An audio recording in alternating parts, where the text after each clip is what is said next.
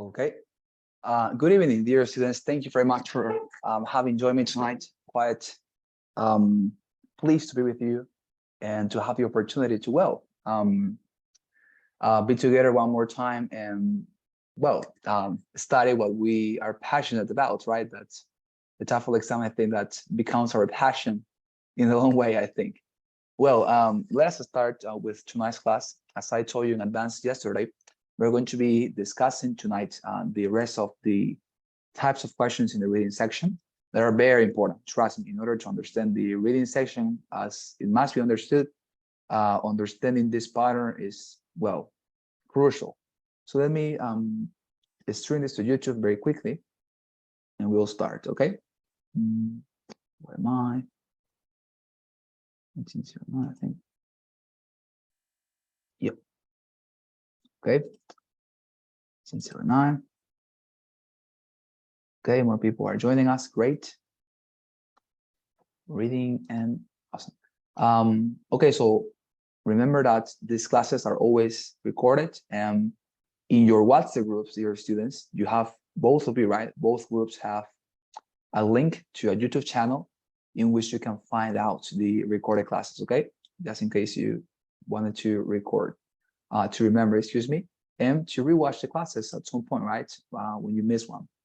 So please have that in mind, okay? It's very important. Let me see. Yeah, fantastic. Well, let us start. We are live. And let me share my screen with you, okay? Awesome.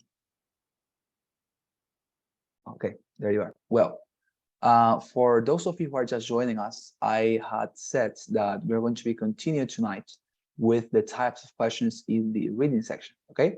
So let us get into it. I think that is going to be a very important class. And let us go straight to our topic, okay? Second type of question. Remember that yesterday we saw the first one, so it could be adequate, of course, to continue with the second one. Okay, let's go. The second type of question, dear students, is called purpose question. Okay, reading purpose questions will test your ability to understand why a certain idea or argument has been used in the text. They will ask you to draw conclusions about the information that has been stated in the passage. You need to locate the paragraph and read briefly to get the purpose. Okay, well, fantastic. Let me please continue. So the purpose question, dear students, is basically a question that will ask you to identify the reason why an author has decided to include a particular sentence. Why? Because if you think about it, given that human beings are rational, right? We are rational beings as well. There is a reason behind every single sentence we write. For example, imagine that you have a couple and you want to break up with that couple, okay? This is just an example. And you write a letter to that person and you say, the problem has never been you, it's me. If you write that sentence, the problem has never been you, it's me. Why are you writing that sentence? There must be a reason. There is an effect you want to cause, right? And what that effect would be in this case? That the person you are breaking up with doesn't feel responsible, right, for this event, the breakup. But as I say, every single sentence we write when we are writing something has a reason behind it. And given that that is true in every single writing, it's also true for these reading passages. The author has included every single sentence because of a reason. He wanted to cause something. He wanted to provoke something. And what this question is going to ask for is going to be that, to identify the reason behind a sentence. Why did the author include a particular sentence in the reading passage, okay? Let us go with an example. The questions are always like this, okay? Pay attention to these questions, by the way. How can you identify them? They are always prefaced by the word why. They always start with the word why, because why is how you ask for purposes or reasons, right? So why, that's how can you identify it. Does the author mention the survival of snakes, lizards, turtles, and crocodiles in paragraph 3? Now, the paragraph 3, we have it here on the right side of my screen. So please let us read. It says, if true though, Why did cold-blooded animals, such as snakes, lizards, turtles, and crocodiles, survive the freezing winters and torrid summers? These animals are at the mercy of the climate to maintain a livable body temperature. It's hard to understand why they would not be affected, whereas dinosaurs were left too crippled to cope, especially if, as some scientists believe, dinosaurs were warm-blooded. Critics also point out that the shallow seaways had retreated from and advanced on the continents numerous times during the Mesozoic. So why did the dinosaurs survive the climatic changes associated with the earlier fluctuations, but not with this one? Although initially appealing, the hypothesis of a simple climatic change related to sea levels is insufficient to explain all the data. Very good. So as you can see, the question is asking not for the meaning of the entire paragraph, no. It's asking you for the purpose. Why did the author mention a particular sentence? And what is that sentence? Snakes, lizards, turtles, and crocodiles. As you can see, we have that sentence at the beginning of our reading passage. And it's actually part of a bigger sentence, right? If true though, why did cold-blooded animals such as snakes, lizards, turtles, and crocodiles survive the freezing winters and the torrid summers? Okay, so let's see the possible answers. To argue that dinosaurs may have become extinct because they were not cold-blooded animals. Why did he include this? Why did the author decide to include this sentence? There must be a reason. We are going to look for that reason. To question the adequacy of the hypothesis that climatic change related to sea levels caused the extinction of the dinosaurs. 3, to present examples of animals that could maintain a livable body temperature more easily than dinosaurs. Or to support a hypothesis that these animals were not as sensitive to climate changes in the Cretaceous period as they are today. Well, some recommendations before we go to the question. So, to effectively respond to this type of question, dear students, you must ask yourself, how does the alluded portion, sentence in this case, right, affect the whole text? It might, for example, initiate, conclude, support, or discourage something. As I told you, there is an effect we always want to cause with sentences. Coming back to our previous illustration, if you write to your couple,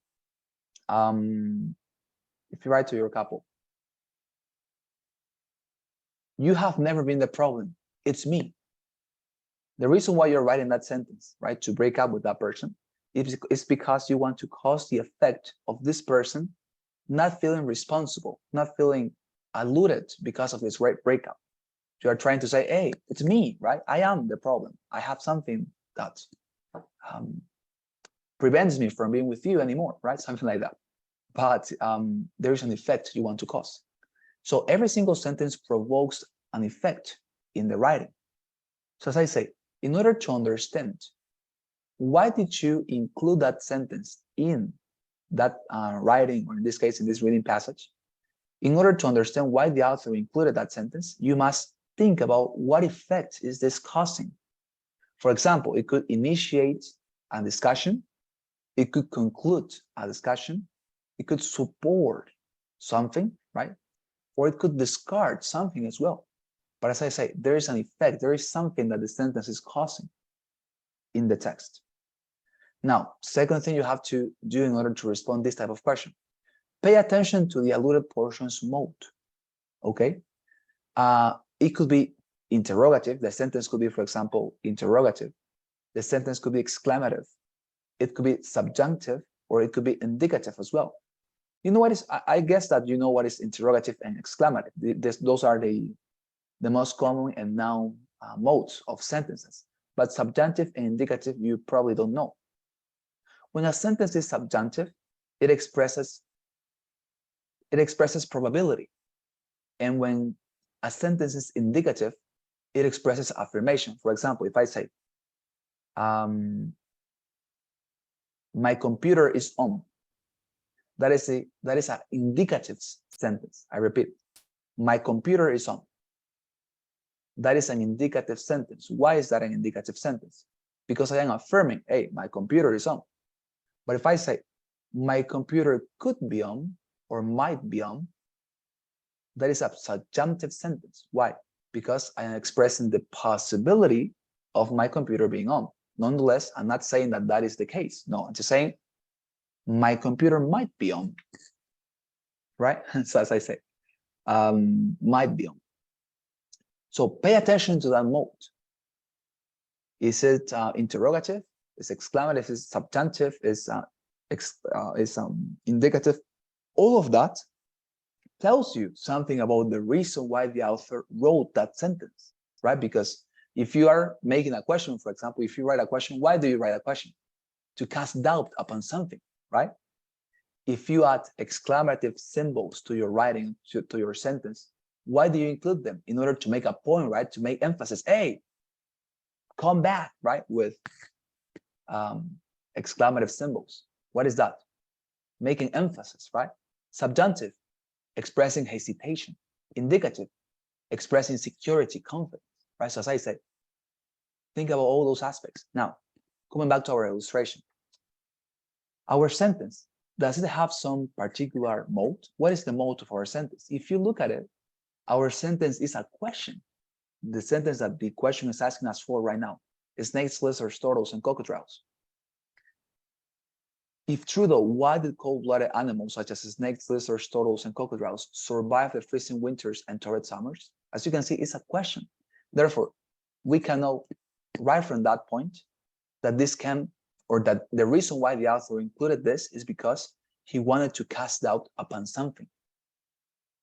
That tells us a lot about the reason why the author included the sentence here, right? That tells us a lot. Now, what about the effect this is causing on the entire reading passage, our paragraph we have here?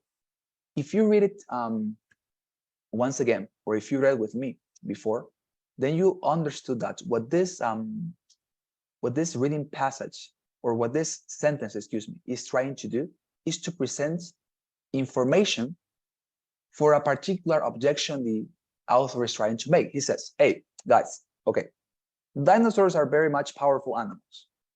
They are warm-blooded. They are high strength. They are powerful, basically. If they, having all those qualities of supremacy and excellence, die because of these climatic changes, why didn't these super weak animals, and that's the reason why he mentions, right? He's giving information. Snakes, lizards, turtles, crocodiles. Why didn't these guys not got extinct, right? If these animals who are powerful, warm-blooded, extensive, formidable animals died allegedly because of these climatic changes, why didn't these other animals that are super weaker and less formidable than dinosaurs didn't die? Why didn't they die? That is what the author is trying to cause, right? He's casting doubt upon a theory that says that climatic change caused the extinction of dinosaurs. And he's offering this sentence because he wants to give data, information to sustain that objection. As you can see, I am applying both my criteria here and saying, what is the effect he is causing on the entire paragraph? In this case, he is causing the paragraph to have some sort of sustain for the objection he's going to make. And as I say, just because the sentence is interrogative, is an interrogative sentence, we can know by definition that it's casting doubt, upon something. It's okay, upon something. Sorry. So as I mentioned, dear students, it's a matter of asking ourselves those two questions. When we reflect upon those two questions, then we come up with the correct answer that I think evidently is to question the adequacy of the hypothesis that climatic change related to sea levels caused the extinction of the dinosaurs. Okay, this is the correct answer. To question the adequacy of the hypothesis that climatic change related to sea levels caused the extinction of the dinosaurs. Why is this the correct answer? For a simple reason, because as I say, we have responded both questions. What is the effect he is causing on the entire paragraph? He is offering information with a sentence. And secondly, he's casting doubt upon a theory used in the information he proposed through the sentence. Therefore, he is questioning the adequacy of the hypothesis that climatic change caused the extinction of the dinosaurs, right? So always ask yourself those two questions. What is this sentence provoking in the overall paragraph? And secondly, What is the mode? Is it exclamative? Is affirmative? Is subjunctive? What is it? Okay, that is how you respond to these questions. Any concern there, students? Any doubt you may have? Please tell me. I can very much happily respond. Concerns, questions about this? Is it clear? Roy, Jorge, Sergio, Mariana, Cecilia, Nai, Abigail, Fabiana, Miguel, Adriana, questions about this type of question? It's clear. Okay, thank you very much, Jorge. What about the rest of you guys? Questions about this one? Yes, it's clear. Fantastic. Thank you very much. Yeah, it's clear. Okay, great, great. Thank you very much, guys. Well, if there are no questions, then we can move on. Okay, very good. Third question. This is easier. Trust me, dear students. You're not going to get desperate, okay? Very, very easy, this one. This is called reference question. In reference questions, you will be asked to respond, what does a specific word refer to in its context? Maybe you read this and you say, hey, wait a minute. Wasn't this the first type of question, responding to a question about a specific word? And I say, yes, but there is a difference here. In the first type of question, the vocabulary question, we were always asked about concrete words, as for example, I don't know, adjectives like jealous, illustrious, flabbergasted, I don't know, or it could be pencil as well, right? Whatever. But this time, the words we're going to be asked about in this type of question are reference words. What are reference words? All this. Subject pronouns, as for example, it, they. Demonstrative pronouns, these, those, this, that. Possessive adjectives, its or their. Other reference words, as for example, the, former, the later, one, once, another, other, or others. Reference words, dear students, basically help us to connect our writing, right? They are words that don't have a particular meaning, but they can refer or allude a lot of different subjects or ideas at the same time in the same writing. For example, if I write in my letter to break up with somebody, again, I'm going to use that illustration. If I write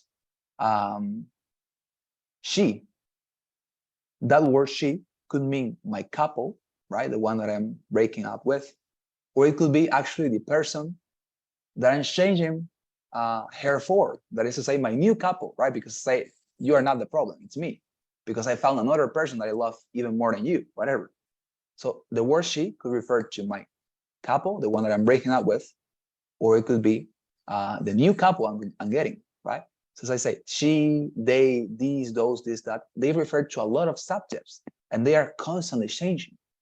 So you are going to be, in this case, asked about a reference word, and in the context in which that word is placed, every single time context is always important. In the context that this reference word they're going to ask you for, you need to find out what the word means in that context, okay? As we did in the vocabulary question. Let's go to the example. The word they in paragraph 3 refers to, and here we have the paragraph. Economic contact between Native Americans and Europeans can be traced back to the English and French fishermen off the coast of Canada in the 1500s. They traded guns and other weapons for beaver fur. I'm going to read until that point. I will explain why later on, trust me. But as I say, the word they are asking you for is highlighted, and this is going to be the case on the exam as well, okay? That's the reason why I also highlighted it with yellow.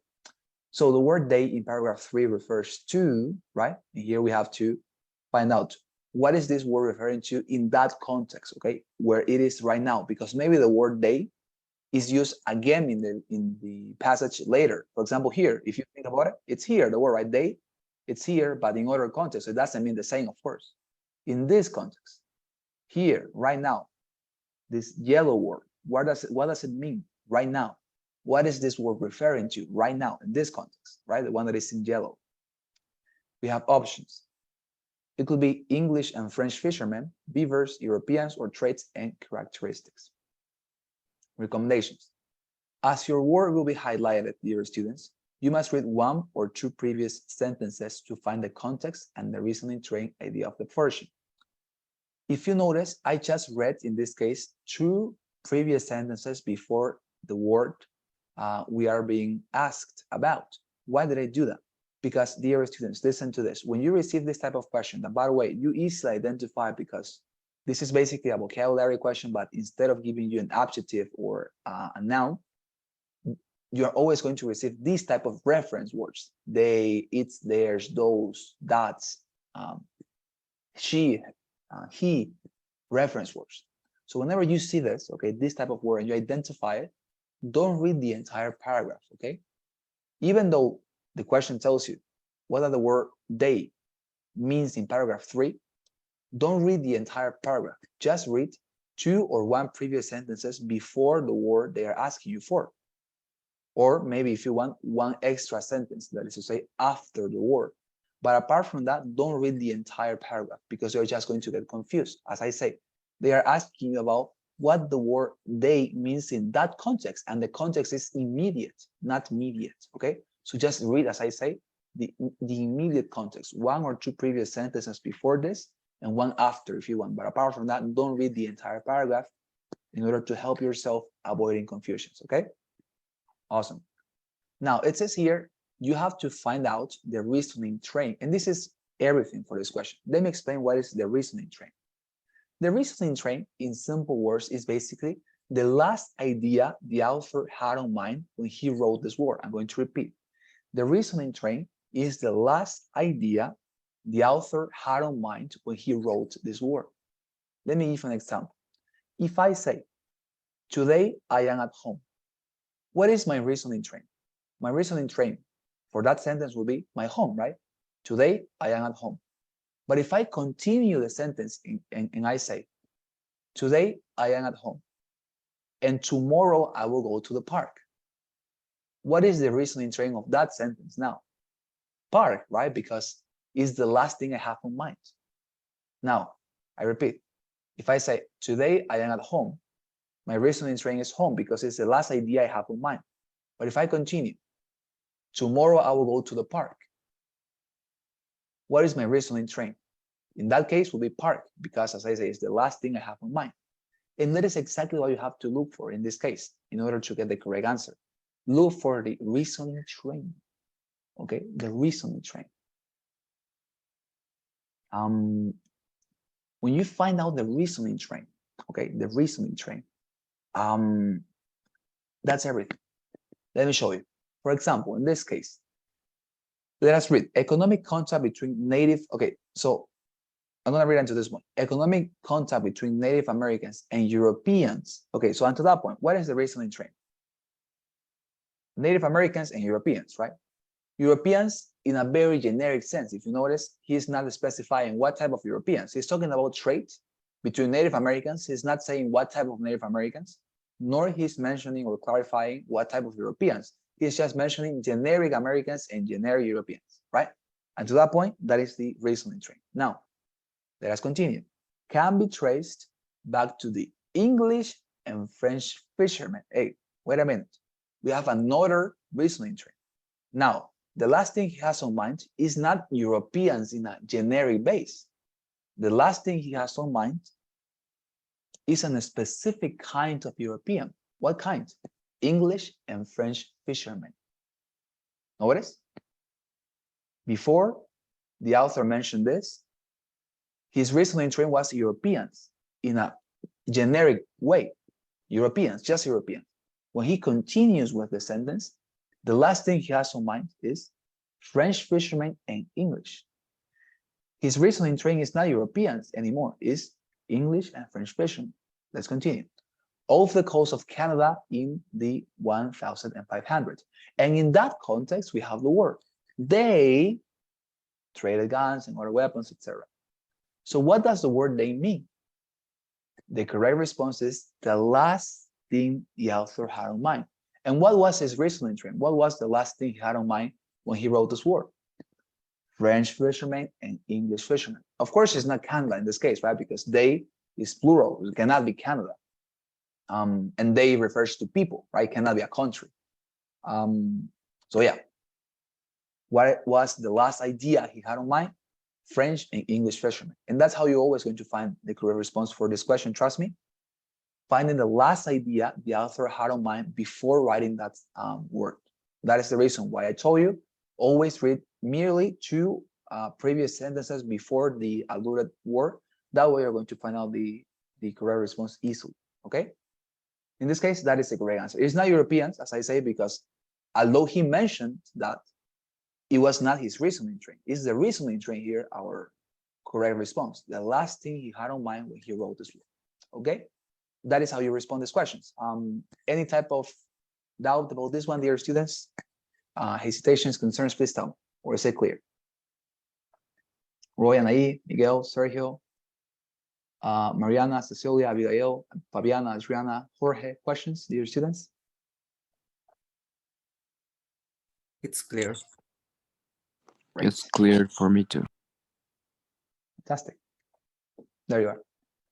Well, let us continue then, if there are no more questions.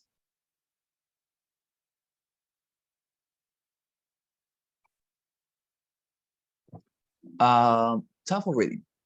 Inference questions. Okay, so this is the fourth type of question here, students. Let me discuss it with you right now. This is a little bit more difficult. Okay, so please pay attention. The fourth type of question, dear students, is called inference question. Okay, the inference question will be asked to reason, or you will be asked to reason, excuse me, and draw a rational inference that could be made out of a paragraph or alluded portion. Don't forget that an inference is simply a conclusion or assertion that could logically follow from a determined action, event, or circumstance. Let me explain very quickly what an inference is in order for you to get this type of question correctly. What is an inference? An inference is, in simple words, a conclusion, a rational conclusion you make out of a given information or data. I repeat, an inference is a rational conclusion you make out of a particular or given information or data. Okay? Now, let me give an example. Let's say that you, I don't know. Let's say that you go and talk to a person, okay? And every single time you see that that person, when you go and say hello to that person, treats you in a very much disrespectful manner. He doesn't greet back, for example, or he makes some ugly gestures on his face or something, or he simply rejects to greet you or something, right? Imagine that is the case. And you see that the same person that always treats you like that actually behaves better with other people. For example, maybe that person to your friends, he greets him or he talks to him very well, or he offers him favors, whatever. You see that that person behaves differently and actually in a good manner with other people. What can you infer out of that particular situation and information you have? That the person, that as I say, he doesn't greet you, he treats you disrespectfully, wrongly, but he doesn't do the same with other person. What can you infer out of that? Well, obviously you can infer that for example, that he doesn't like you, or that she doesn't like you, in the sense that, for example, maybe you send to her, I don't know, maybe boring, or maybe, but the point is that there is a reason why he doesn't or she doesn't like you, right? And that is an inference that is valid. It's a valid conclusion. Why? Because you have that information that with you, he behaves wrongly, disrespectfully, but with other people, it seems that she or he behaves very well. What can you infer out of that? Like, well, as I say, that you are not somebody who has a very well or a very good opinion on his or her eyes, right? Now, that is an inference. Why? Because it's a rational conclusion you make out of the information you have. But what wouldn't be an inference, for example? If you say, this person that doesn't treat me well, doesn't greet me, treats other people better, and well, basically disrespects me, he's an alien. And that's the reason why he treats me that manner. It's because he's an alien, I know. And that's the reason why he treats me like that. Is that an inference? Well, certainly not, right? Why? Because I mean, nothing in the attitude of this person, in the way he treats you, suggests that he's an alien or something, right? I mean, you have not seen him, I don't know, speaking weird languages, or I don't know, or having technology or doing weird things. No, he just treats you disrespectfully, right? Us, we know that people, when you are not somebody who has a very good let's say a status for some people, they treat you like that, right? They don't like you, so they treat you like that sometimes. As I say, it's a matter of thinking, what is a rational conclusion? That is a rational conclusion, right? To say, well, she or he doesn't like me, but to say he's an alien, well, it's just imagination. So as I say, inferences are basically conclusions, rational conclusions you make out of information you have, okay? Let us go to the example. Which of the following can be inferred about Melville's poetry? And here we have the passage. Let us read it together, okay? It says the following. Until the 1850s, Herman Melville primarily published novels, including Moby Dick, which would be later one of America's most famous beloved novels. His novels, however, had extremely low sales, and Melville had to quit writing novels because no publisher would agree to print his books. In an effort to make more money from his writing, Melville chose to publish some poetry instead. Poetry was extremely popular and sold well in 19th century America, so Melville expected to make a profit from his first book of poems. These poems, however, were as unpopular as his novels and sold scarcely any copies. There you are. Well, the question says, which of the following answers, right, can be inferred about Melville's poetry? By the way, how can you identify this type of question? Well, as you can see, it contains the word inferred. And this type of question, dear students, always contain the word inference in any of its forms. It can be inferred, inferring, infer, inference, but as I say, any variation of the word inference is going to be present in the question. And when you see that any variation of the word inference is included, then you know that, well, that is a inference question, okay? Now, which one can we infer? Which is the inference here of this information we have? Remember, an inference is a conclusion that we make out of information or data we have, and it must be rational. It must be justified. Don't forget that although you are asked to infer something, this doesn't mean you can separate yourself from the passage and let your imagination to fly. You must infer, yes, but you must do it only with the information provided in the passage. This is tremendously important, dear students. Please listen to me. The only information you may use in order to make an inference and respond to this question is the data and the information that you have been receiving in this paragraph. You cannot use any external knowledge you may have about Melville in order to make an inference here. For example, maybe if this is the passage that, let's say that this passage appeared to you on your exam, likely you are somebody who loves Melville. You have read all his novels, you have seen all the documentaries about him, etc. You're a fan of Melville. If that is the case, dear students, don't let the knowledge you have about this subject that is external, that is not mentioned here, to guide your inference. No, your inference must be merely based on the information here presented in the reading passage. If it doesn't say what you know about Melville or any other subject, if it is not contained, if it doesn't say that in the reading passage, you shouldn't use it in order to make an inference. Merely use the information and data here presented in the passages and paragraphs you receive, okay? Now, as I say, how can you respond to this type of question? Well, by identifying the suggestions that this passage or paragraph gives you. Let me give you an example. Let us analyze the first response. It says, it was not as well written as Melville's novels. Could this be the inference of this paragraph? Can we say this is the correct answer? Answer A, it was not as well written as Melville's novels. Let me tell you, no, this is not the correct answer. And I'm going to explain you why. The reason is because, dear students, there is not a single sentence, and you're going to agree with me here, I'm sure. There is not a single sentence in this reading passage, in this paragraph, that suggests to us that the quality of Melville's poetry was not as good as in Melville's novels. Not a single sentence, or if there is, tell me which one. What part of this paragraph tells us or suggests? Remember, of course, everything here is about suggestions, right? Because nothing is going to tell you the response specifically in this type of question. No, in inference questions, you have to conclude something, right? It is not specifically written here.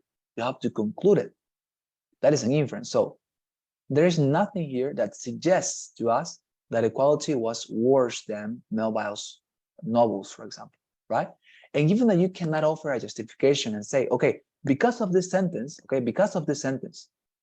I can infer logically and validly that this is true, option A is not the correct answer. Because as I say, there is not a single sentence that justifies such a thing. Now, let me show you, for example, what is the difference with answer C. That is the correct response. It did not yield a significant profit for Melville. Why is this the correct answer and how can we know it? I'm going to tell you. Because there are sentences in the reading passage that suggest to us that this is the case and justify our conclusion, our rational conclusion, that it did not yield a significant profit for Melville. What are those sentences? Let me show you. The first you have to notice in the paragraph we have here is, it says, his novels had extremely low sales, okay? He didn't sell his novels, first thing. Second thing, Melville chose to publish some poetry instead in effort to make more money from his writing. This is telling us that he didn't receive good money for his novels. And that because he didn't receive good money, he was not well paid because of his novels, he wanted to expand his area of writing to poetry, hoping to get good money from it. Now, and this is the most important part, it says that, sadly, his poems were as unpopular as his novels and sold scarcely any copies. So it tells us that because he didn't sell his novels very well, and that provoked that Melville didn't receive good money for his writing, what can we infer if this is telling us that he also didn't sell his poetry, that nobody wanted to purchase his poetry? What can we infer? That, of course, it didn't give him a significant profit. Because if that happened with his novels, that he didn't sell any copy, and he didn't receive, he was not well paid for it, and he moved on to poetry in order to receive a good money for his writing, but he didn't sell any copy as well, well, what can we infer? That he didn't receive a significant profit for that poetry. That is what we can infer. And why? Because as you can see, we have sentences, as the ones that I have mentioned you, that justifican your inference. And that is what you have to do every single time. You need to look for sentences in the paragraph that justify, that suggest to you that this inference is valid and is the correct one. If you cannot give the justification as I did it right now and say, because of this sentence and this sentence and this sentence, I infer this, don't go for that answer because it's wrong. Every single answer, when it's correct, has a justification because it tells you this, this, and this, we can say that this is the correct answer. But when you don't have that justification, as it happened to us with the option A, for example, it is not the correct answer. You need to have something suggesting you, hey, because of this and this, in the paragraph, I can say this is the inference. And that is exactly what you have to do every single time. Look for sentences, what they suggest you. And if you find that they are suggesting you something, okay, oh, okay, well, because of this and this and this, as my justification, I go for this one. You're not going to fail. Any question, dear students, about this? Any concern, doubt you may have? Tell me, please. It's clear. Okay, thank you very much, dear Jorge. What about the rest of you guys? Okay, thank you, Roy. Thank you very much. What about you? Yes? No? Clear? Okay, very good. Thank you very much. There you are. Clear then. Okay, thank you very much, dear Sergio. Very good. Well, let us finalize then with this fifth type of question. It's going to be the last one, by the way. We're going to have more. Essential information question. In this type of question, dear students, you will be asked to convey the same information than a given portion, excuse me, but using different words, okay? It's important for you to remember that the correct answer must convey all the information given in the alluded portion, not just some. In simple words, this type of question, dear students, is going to ask you, first of all, to read a sentence, to read a particular sentence, okay? And that sentence is always going to be highlighted. When you read that sentence that I give you that is highlighted, they're going to say, okay, now that you have that sentence, we're going to give you some options. And those options are sentences as well. We're going to give you 5 or 4 sentences. And among those sentences, we have included one that expresses the same information than your highlighted sentence. We want you to look for that sentence and to choose that one. That is basically what they are telling you. They are going to offer you a highlighted sentence, as I say. You have to read that sentence, and afterwards, you have to look at the possible answers. All those possible answers are going to be sentences as well. When you read them, there is one of them that expresses, conveys the same information than your highlighted sentence. That is the correct answer. Basically, what they're asking you to do is to find a substitute, right, for this highlighted sentence, because if it contains the same information, if it expresses the same information, then this highlighted sentence, it could be substituted, right? So what they're asking you to do is to find a substitute, as I say, okay? Very good. Let us see the example. Question, it says, the sentence in paragraph 6, they're going to tell you the sentence, and it's also going to be highlighted, both things. Between industrialization, the reduced population of Native Americans, and the segregation of them into the reservations contributed to the end of Indian trade. Is most similar to, and here you have the possible answers. As you can see, the sentence here, dear students, is highlighted with yellow. And something that I want to remark here very quickly. When you receive this type of question, that is super easily to identify, right? Super easily identifiable, sorry. Because, well, you have the entire sentence right there in the question. You have it here also highlighted. When you receive this type of question, my honest and very much, let's say, emphatic recommendation, it's don't read the paragraph, okay? Merely read the highlighted sentence. Trust me, it's going to be easier to respond to the question without reading the entire paragraph and merely reading the highlighted sentence, okay? So when you receive this type of question, don't read the entire paragraph in order to respond. Don't look for details or information there, no. Merely read the highlighted sentence, all right? Well, here we have the options, let's see. Indian trade came to, and we have to read the sentence, right? First of all, let us read the highlighted sentence. The highlighted sentence says, between industrialization, the reduced population of Native Americans, and the segregation of them into the reservations, all of that contributed to the end of Indian trade, right? That is a sentence. Now, we have to look for a substitute for that sentence. Among the options we have here, there is one that conveys all the main points and idea in this highlighted sentence, and we have to find it. Which one could it be? Indian trade came to an end because of segregation, industrialization, and declining populations. The U.S. industrialized their production, segregated from the Native Americans, and entered conflicts that decreased the Native American population. C. Native Americans did not wish to follow industrialization and segregated into the reservation. Or 4. Native Americans wished to follow industrialization and segregated into the reservation.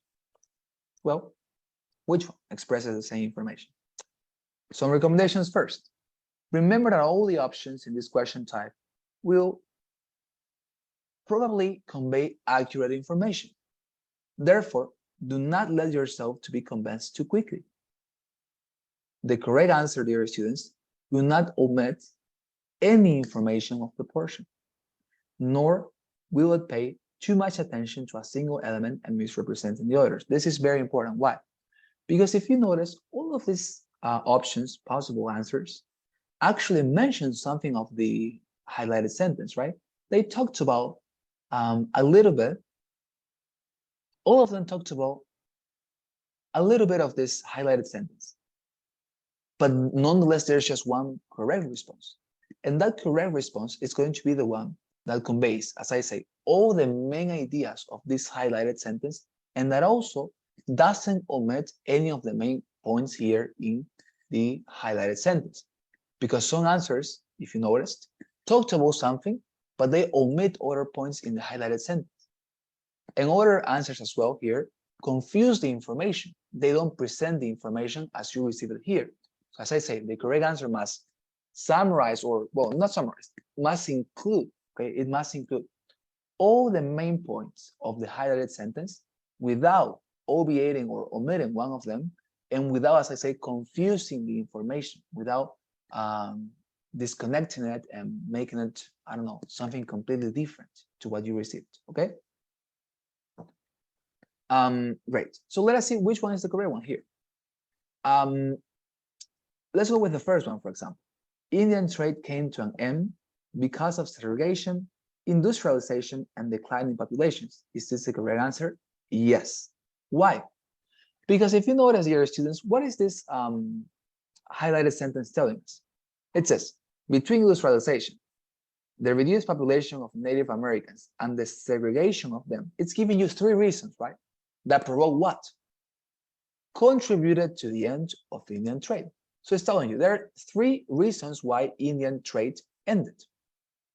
Industrialization, reduced population of Americans and of Native Americans, excuse me, and segregation. So this answer here, Indian trade came to an end because of segregation, industrialization, and declining population, tells you exactly the same idea than our highlighted sentence. Of course, it doesn't mention everything, because if it were exactly identical, it wouldn't be a very difficult question, right? So as I say, it is not going to use all the questions of the reading of the highlighted sentence. It's okay. It must not use the same words. What it must do is to transmit the same idea with the main points mentioned in the highlighted sentence. If it does convey the same information, the same idea, it's okay. Even if it doesn't use the same words, even if it uses all the words, that is natural. Of course, it's not going to do it. But as I say, if it conveys the same idea using all the main points, that is the correct answer, okay? Now, what about the second answer, for example? The US industrialized their production, segregated from Native Americans, and entered conflicts that decreased the Native American population. It's simply not true, because in this highlighted sentence, as I say, well, we are not listening about any, I don't know, any conflict of the US with the Native Americans. No, I mean, we are not said about that. As I said, that's the reason why you merely have to read this sentence. Don't read the entire passage, because maybe at some point in the passage they discussed that and you believe that that is how you have to respond. But no, the question is asking you about this sentence, not about the entire paragraph. That's the reason why, as I said, please read merely the highlighted sentence in this type of question, okay? Well, so as I mentioned, this is simply presenting the information in a wrong manner. Is not the correct response, because the highlighted sentence doesn't say anything about the US, actually. It says here, Native Americans, third option, did not wish to follow industrialization, and they segregated into the reservation. Also not the correct answer. Why? Because here it doesn't say that they didn't want to follow industrialization. It says that because of industrialization, they basically ended with Indian trade, right? It doesn't say if they were advocates or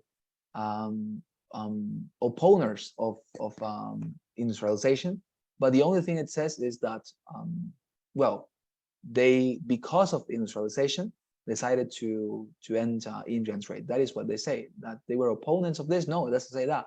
Or if they were advocates? No, it simply says that because of industrialization, Indian trade ended. Okay, so as I say, please look for an answer that conveys the main ideas, and maybe not with the same words, of course, but anyways, if it contains the main points without omitting any of them, it's fine.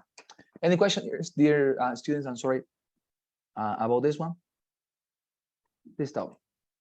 Roy, Anaí, Miguel, Jorge, Sergio, Mariana, Cecilia, Abigail, Fabiana, Adriana. Any question about this type of question?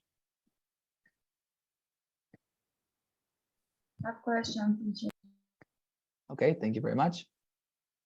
What about the rest of you guys? Questions? No questions. Okay, thank you very much. No questions. I'm okay. Right. Thank you very much. Thank you, guys. Fantastic. Well, before we finalize our classes tonight, I have a gift for you. Go to your WhatsApp groups. You're going to find the following. I'm sending right now to your groups practices. Okay, I have created a compilation of a lot of websites, YouTube channels that I found offer free material for you to practice this section. And I know that we have not finalized with the theoretical part yet, but if you want to practice now or at some point later, you can use this material that I'm giving you for free, okay? That I recollected for you. So please, here you have it. And please use it whenever you want, okay? It's free, it's just links. You can use it, okay, in order to practice and to get better for this section. All right, well, we're going to take your assistance, so please stay with me a little bit. And please help me with your kind responses for the poll that we always feel, okay? You know that I appreciate it a lot. So please help me with that. And let's go with your assistance. So if you have any question, commentary, please express it. Okay. Where am I? So it's here present, Ramirez Camila. Right. What about Mayra Alejandra? Okay. What about Alondra Lisette? No, okay. Thank you very much for your responses, dear students. Please, could you help me with one more poll? You know that on Wednesdays we have to fill 2, right? So please help me with that, okay? It's the second poll, super short. Please help me with that. I'm so sorry, okay, for the annoyance, but the company. So please help me with that one, okay? Is here present Salguero Fabiana? Present. Thank you very much, dear Fabiana. Is here present Quiroga Adriana? I'm here. Thank you very much, Adriana. What about Jose Miguel Quiroga? I'm here. Thank you very much, Jose Miguel. What about Anaí Estefania? I'm here. Thank you very much, dear Anaí. What about Jorge Alberto? Here. Thank you very much, Jorge. And let's go with this new group as well, our dear classmates, Abigail Graciela. Present. Thank you very much, dear Abigail. What about Roy Brian David? Present. Thank you very much, dear Roy. What about Araceli Patiño? Okay, Araceli is not here. What about Oscar Samuel? All right. Mariana Vaca? Present. Thank you very much, dear Mariana. And finally, Maria Cecilia. Present. Thank you very much, dear Cecilia. There you are. Well, awesome. Thank you very much, dear students, for your presence. It was a pleasure to be with you. Tomorrow we're going to continue, all right? So see you tomorrow and have a wonderful night. Thank you. Thank you. Thank you very much. See you later. Bye-bye. Thank you very much. Bye, Carlos. See you tomorrow. Bye-bye. Thank you very much. Bye-bye. See you guys. Bye-bye. Thank you.